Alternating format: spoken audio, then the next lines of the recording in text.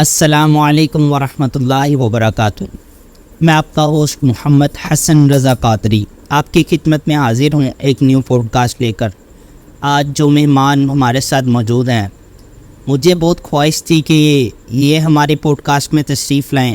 آج ہمارے پاس تشریف فرما ہیں محمد عباس علی اتاری۔ السلام علیکم ورحمۃ اللہ وبرکاتہ۔ حضرت کیسے ہیں آپ؟ وعلیکم السلام ورحمۃ اللہ وبرکاتہ۔ الحمدللہ رب العالمین علی کل حال۔ آج ہم جس موضوع پر بات کرنے کے لیے یہاں جمع ہوئے ہیں، ہمارا موضوع ہے نا امیدی اور اللہ عز و جل پر توکل۔ جیسا کہ دیکھا جا رہا ہے کہ ہمارے معاشرے میں نا امیدی بڑھتی چلی جا رہی ہے اور اللہ عز و جل پر لوگوں کا توکل نہیں رہا۔ حضرت ہم دیکھتے ہیں، سنتے آ رہے ہیں، ہمارے اسلاف کیسا توکل کرتے تھے اللہ عز و جل پر۔ ہم نے دیکھا کہ میدان بدر میں 313 تھے اور اللہ عز و جل کی مدد اور اللہ عز و جل پر توکل کی وجہ سے انہیں فتح یابی ملی 1000 کے مقابلے میں۔ حضرت میں جاننا چاہتا ہوں، ہمارے معاشرے میں نا امیدی اور اللہ عز و جل پر توکل نہیں رہا، کیا وجوہات ہیں؟ دیکھیں حسن بھائی، پہلی بات تو یہ ہے کہ توکل کا بہت سی وجوہات ہو سکتی ہیں، اور جن میں سے ایک جو مین وجہ ہے جو سمجھ میں آتی ہے وہ ہے علم دین کی کمی۔ یعنی لوگوں کے پاس دین کا فہم کم ہے۔ یعنی لوگ آپ دیکھیں کہ کتنا قرآن پاک پڑھتے ہیں، کتنی حدیث کا مطالعہ کرتے ہیں، اب علم دین کی کمی کی وجہ سے لوگوں کا اس ذات پر توکل بھی وہ نہیں رہا جس سے جو ہے ہمارے اسلاف کے جو ہم واقعات پڑھتے ہیں، جو ہم نے کتابوں میں پڑھا ہے، ان کا توکل کے ساتھ ساتھ ان کا عمل بھی مضبوط تھا۔ ہمارا عمل بھی کمزور ہے، جس کی وجہ سے وہ ساری چیزیں ہمارے اندر نہیں پائی جاتی، جبکہ ہمیں معلوم بھی ہے کہ اللہ دینے والا ہے، لیکن پھر بھی بندوں سے توکل لگایا ہوا ہے۔ تو سمجھ میں یہ آتا ہے کہ علم دین کی کمی ہونے کی وجہ سے لوگ جو ہے نا امیدی کا شکار ہیں، اور اللہ کے ذات پر وہ توکل نہیں رہا کہ لوگوں پر زیادہ توکل، لوگوں سے زیادہ امید ہے۔ اب ظاہری بات ہے، انسان تو خطا کا پتلا ہے، وہ کہاں بندے کی خواہشیں امیدیں پوری کر سکتا ہے۔ ایک حد تک ایک بندے کے کام آ سکتا ہے، لیکن کیونکہ وہ بندے اللہ کو چھوڑ کر بندوں کی طرف مائل ہوا ہے، تو اس وجہ سے اس کے اندر وہ چیز نا امیدی بہت زیادہ بڑھ جاتی ہے۔ جب اسے دھوکہ ملتا ہے، جب اس کے ساتھ کوئی اسکیم ہو جاتا ہے، تو وہ پھر نا امیدی کی طرف جاتا ہے، اور یہی چیز اس کو خودکشی کی طرف لے جاتی ہے۔ تو ہماری بیسک جو چیز ہے وہ اللہ پر توکل یہ ہے کہ بندہ جس طرح ہمارے اسلاف نے 313 بھی ہو کر اللہ کی ذات پر توکل کر کر 1000 پر اپنے آپ کو فتح یابی کا جو ہے لوہا منوا لیا، اور اپنے آپ کو جو ہے فتح کا تمغہ امتیاز حاصل کیا، تو ہم بھی اگر اسلاف کی زندگی کو، ان کی لائف کو اسٹڈی کریں تو انشاءاللہ ہمارا توکل مضبوط ہو جائے گا۔ اب دیکھ لیا جائے، حضرت حاتم بن اسم اللہ کے بہت بڑی ولی گزرے، اب ان کا دل کیا حج پر جانے کو کہ میں بھی حج کروں، حج کی سعادت پاؤں، تو اپنی بیوی کے پاس آئے اور کہنے لگے کہ میں حج پر جانا چاہتا ہوں، اب کیونکہ آپ کا سارا نان و نفقہ میرے پر ہے، تو میں آپ کی کتنی خدمت، کتنی آپ کو میں جو ہے پیسے لے کر جاؤں جن سے آپ آسانی سے گھر کے اخراجات کو مینیج کر پائے۔ تو بیوی نے کہا کہ مجھے جو ہے پوری زندگی کا دے دیں۔ اس نے کہا کہ میں تو اس چیز پر قادر ہی نہیں ہوں، ہاں میں ایک حد تک آپ کو دے سکتا ہوں، اتنا قادر نہیں ہوں۔ تو اس نے کہا کہ پھر آپ پریشان کیوں ہوتے ہیں، وہ ذات موجود ہے جو اس چیز پر قادر ہے، آپ بے فکر ہو کر چلے جائیں۔ اب جب آپ رحمۃ اللہ علیہ چلے گئے تو کسی نے پیچھے سے آ کر تانا دیا کہ آپ نے بھیج دیا، گھر کے حالات بھی اتنے کثیر العیال ہیں۔ حضرت حاتم بن اسم کثیر العیال تھے، یعنی آپ کے ہاں اولاد بہت زیادہ تھی، اللہ کی عطا ہے۔ تو اب کسی نے کہا کہ آپ نے حج پر بھیج دیا، گھر کے حالات بھی وہ نہیں تھے۔ تو اس نے کہا کہ میں نے حاتم بن اسم کو حج پر بھیجا ہے، رازق کو حج پر نہیں بھیجا، وہ یہاں پر موجود ہے۔ تو ہمارے اسلاف کا توکل یہ تھا کہ وہ اللہ پر ہر دم توکل کرتے، ہر دم بھروسہ کرتے، جس کی وجہ سے ان کے جذبات، ان کے احساسات نا امیدی نہیں تھی، بلکہ ان کے اندر امید کا ایک پہاڑ، بلکہ اگر کہا جائے سمندر، تو وہ موجود تھا۔ اللہ کرے ان کے صدقے ہمیں بھی نصیب ہو جائے۔ ماشاء اللہ حضرت، ہمارے اسلاف کا کیا آپ نے توکل بتایا، جیسے آپ نے فرمایا کہ وہ فرمانے لگے کہ رزق کھانے والے کو بھیجا ہے، کھلانے والا تو یہاں موجود ہے۔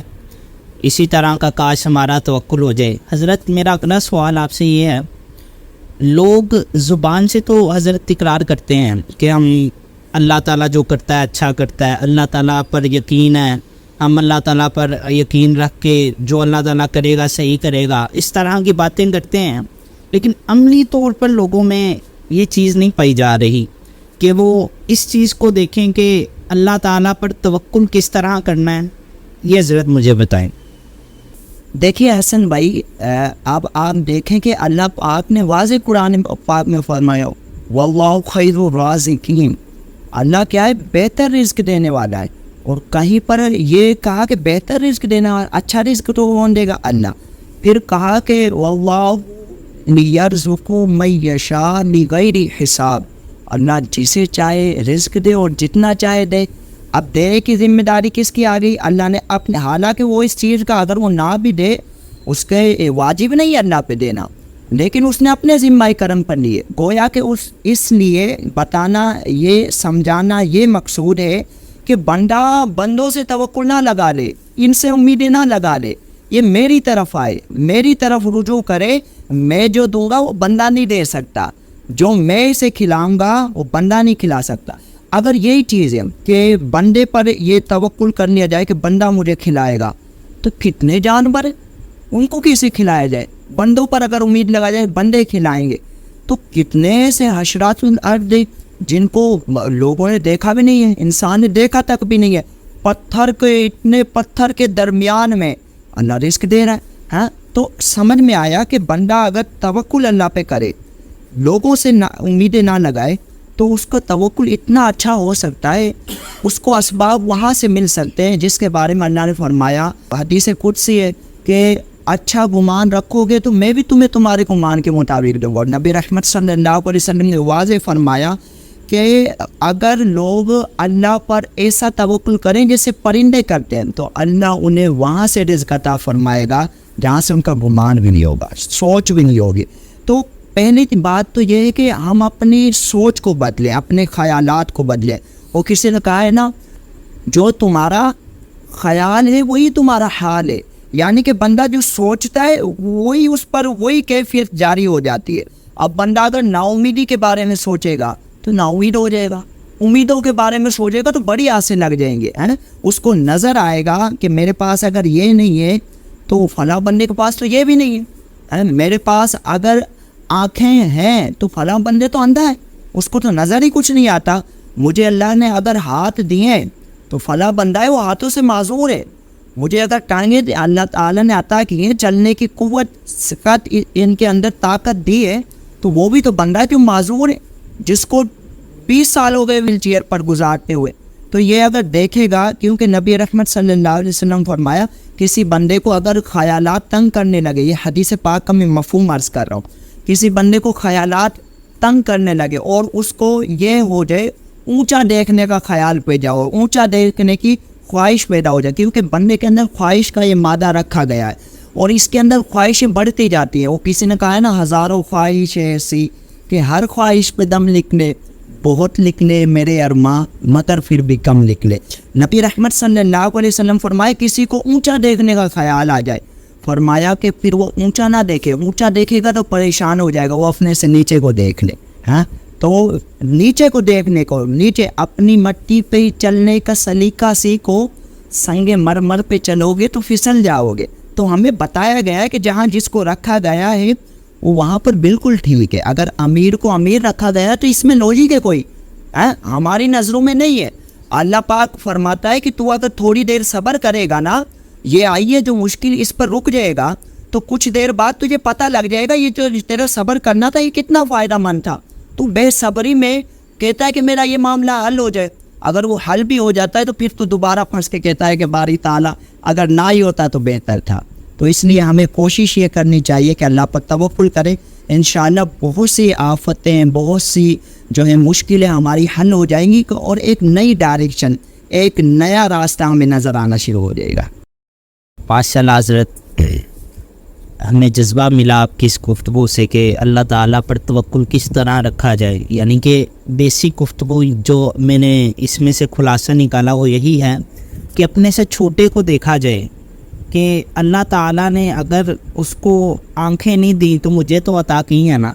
انشاءاللہ میں بھی نیت کرتا ہوں، ہماری آڈینس میں نیت کر دی ہے کہ اللہ عز و جل پر توکل رکھیں گے۔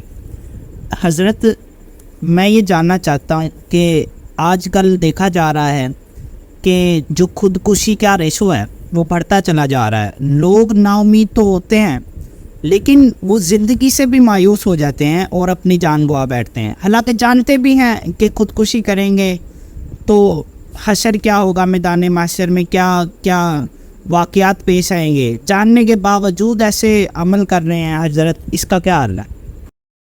اللہ، یہ تو بالکل بڑی ہی افسوس کی بات ہے کہ لوگوں کا ایک بڑی تعداد ہے جو اس کی ایک بڑا جو اگر ریزن ہے یہ ہے کہ ایک بندہ محنت کرتا ہے اور کافی محنت کرنے کے باوجود اگر اسے رزلٹ اس کے محنت کے یا اس کی سوچ کے مطابق نہیں ملتا تو وہ اس طرف جاتا ہے، یعنی کہ وہ اپنا آپ کو شوٹ کرتا ہے، خودکشی کی طرف جاتا ہے۔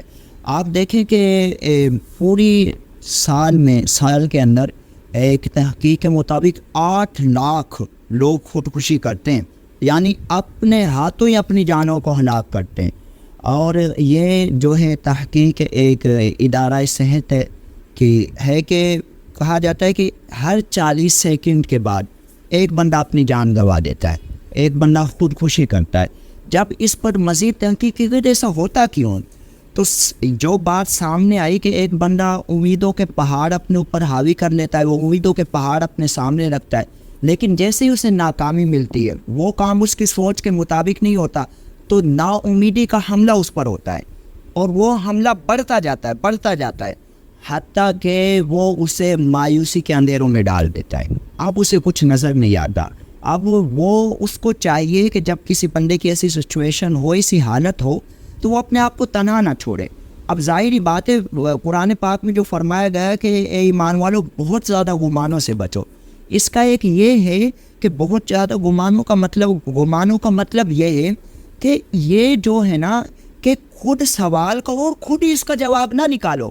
اگر خود جواب نکالو گے تو وہ مایوسی والا جواب ہو سکتا ہے، تو اس لیے اب جب بندہ سوال کرے گا تو خود اس کا جواب مایوسی والا۔ اگر اس نے ایسا سوال کیا اپنی ذات سے کہ میرے اندر تو یہ تھا، میں نے تو یہ کیا، اچھا مجھے اس طرح رزلٹ نہیں ملا، تو وہ اس کو جو ہے ہمارے اسلاف اپنے آپ کو تنہا نہیں چھوڑتے تھے۔ اور امیر اہل سنت کے بھی بڑا پیارا جو ہے جملہ ہے، فرماتے ہیں کہ کرنے والے کام کرو ورنہ نہ کرنے والے کاموں میں پڑ جاؤ گے، یعنی کہ اپنے آپ کو اگر تم ایسے کاموں میں لگا لو گے جو نہ کرنے والے ہیں، یعنی کہ اپنے آپ کو برے کاموں کی طرف، برے لوگوں کی گیدرنگ، ایسے لوگوں کی گیدرنگ جو امید دلا ہی نہیں سکتے، ایسے لوگوں کی، میں تو کہتا ہوں کہ ایسے شخص کو جس کے اندر امید کی روشنی موجود نہیں ہے، اس کو کسی بندے کے پاس مریض کی عیادت کے لیے بھی نہیں جانا چاہیے۔ وجہ کیا ہے؟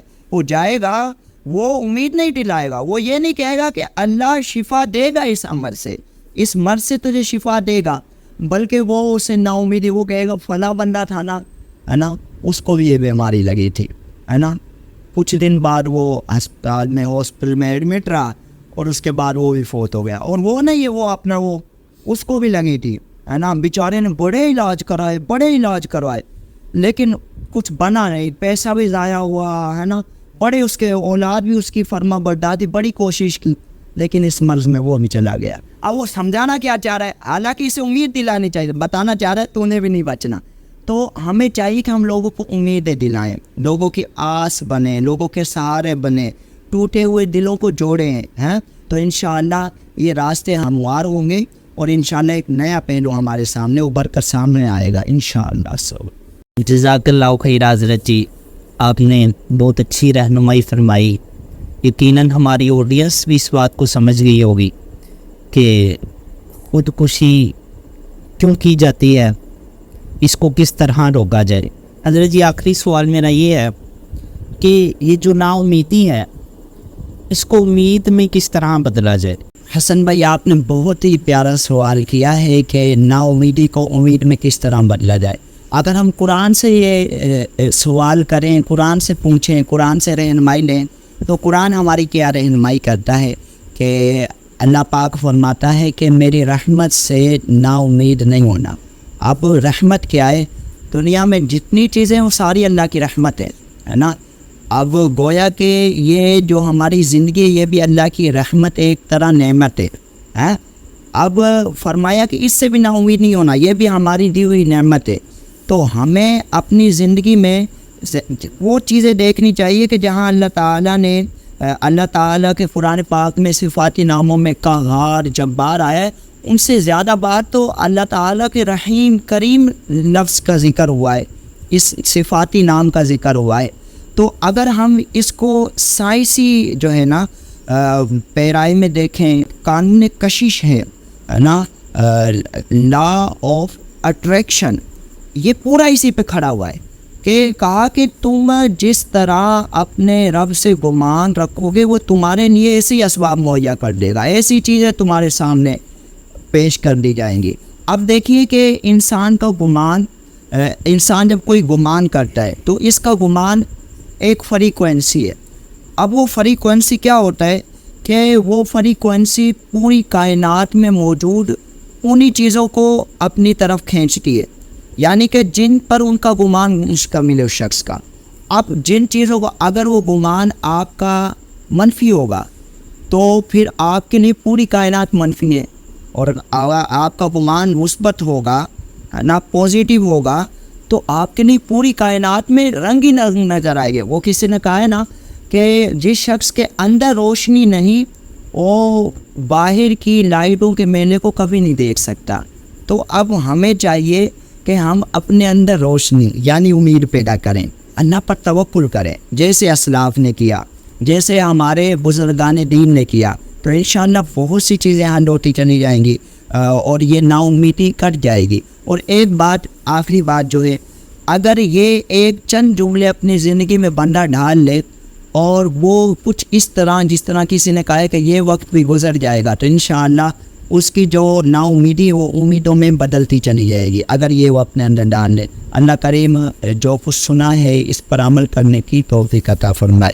اللہ خیر حضرت، یقیناً ہماری آڈینس بھی آج کے اس موضوع کو سمجھ گئی ہوگی کہ نا امیدی کو کس طرح چھوڑا جائے، اللہ عز و جل پر توکل کس طرح رکھا جائے، ہمارے اسلاف کا کیا طریقہ تھا، ہمارے اسلاف نے ہمیں کیا سکھایا۔ الحمدللہ آج ہم نے جانا، اور ہم یقیناً آپ کو بھی اس پوڈ کاسٹ سے مزہ آیا ہوگا۔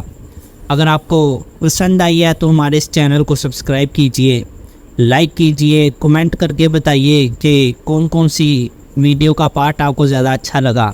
السلام علیکم ورحمۃ اللہ وبرکاتہ۔